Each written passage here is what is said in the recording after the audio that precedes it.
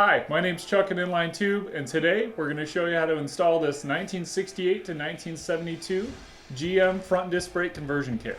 This lower disc brake conversion kit contains all brand new factory style components required to complete the front disc brake conversion. This kit is designed to use 15-inch wheels and can be used on most 14-inch disc brake style wheels with slight modifications. Some parts that you might want to consider replacing but are not required are the steering spindle arms, drum brake hose brackets, and spindle gaskets. Some steering arms from 1964 to 1965 have smaller holes and will need to be replaced. This kit is designed to use the original drum brake hose brackets.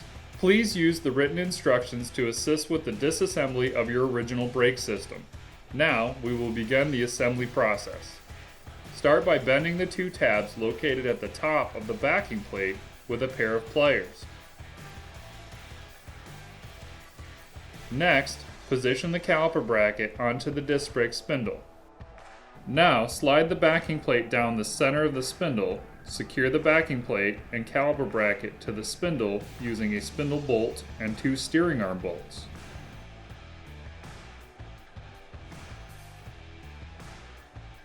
Next, slide the spindle steering arm through the two bolts on the back side of the assembly and finger tighten two lock nuts to the bolts.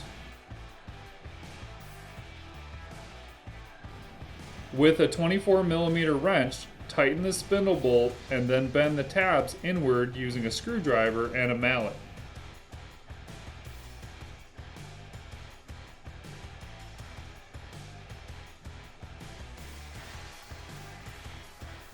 Once you have attached and secured your assembled parts to the vehicle, tighten the two spindle bolts and lock nuts using a 3/4 inch wrench.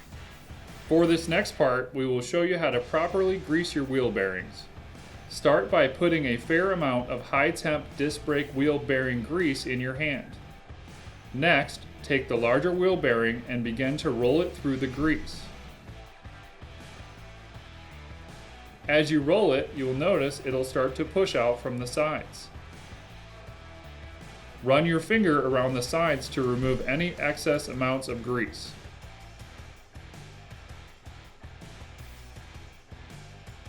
Repeat this process for the smaller bearing. Once you have completely greased both bearings, apply grease on the inside of the center hole of the rotor.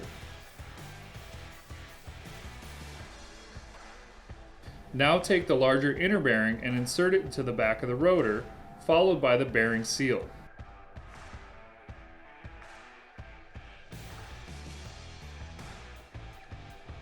Using a soft mallet, tap around the top of the seal until it is flush with the rotor.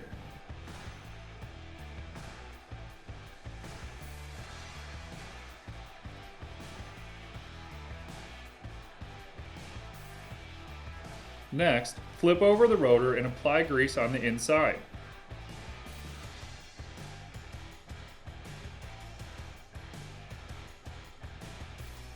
Afterwards, take the rotor and slide it through the spindle and insert the smaller outer bearing inside of the greased hole. Now, position the spindle washer inside the rotor, then finger tighten the spindle nut to hold them in place.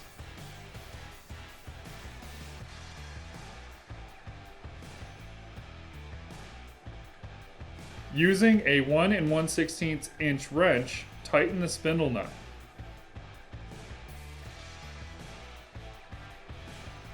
Loosen and align the hole of the nut with the hole on the spindle and then insert the cotter pin through the nut. Using a pair of pliers, bend both ends of the cotter pin so that they wrap around the nut.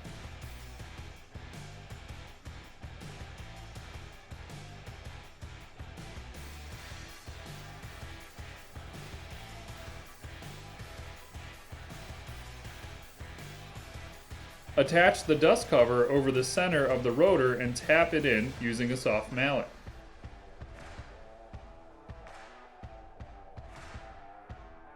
For this final part, we will install the caliper and flex hose. Begin by sliding the caliper over the side of the rotor. Once in place, we will need to secure the caliper to the spindle mounting bracket by feeding the two caliper bolts through the backside of the caliper and tightening them down using an Allen wrench.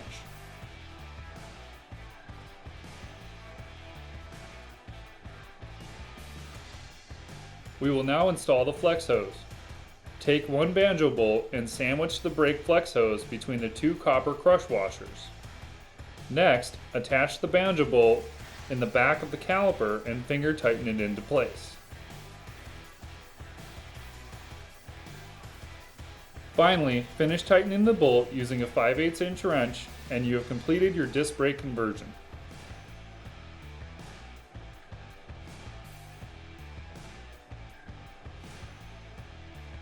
If you have any questions, visit www.inlinetube.com and click the live chat button in the bottom right corner to speak with an expert. Don't forget to click the subscribe button below and like, comment, and share our other videos.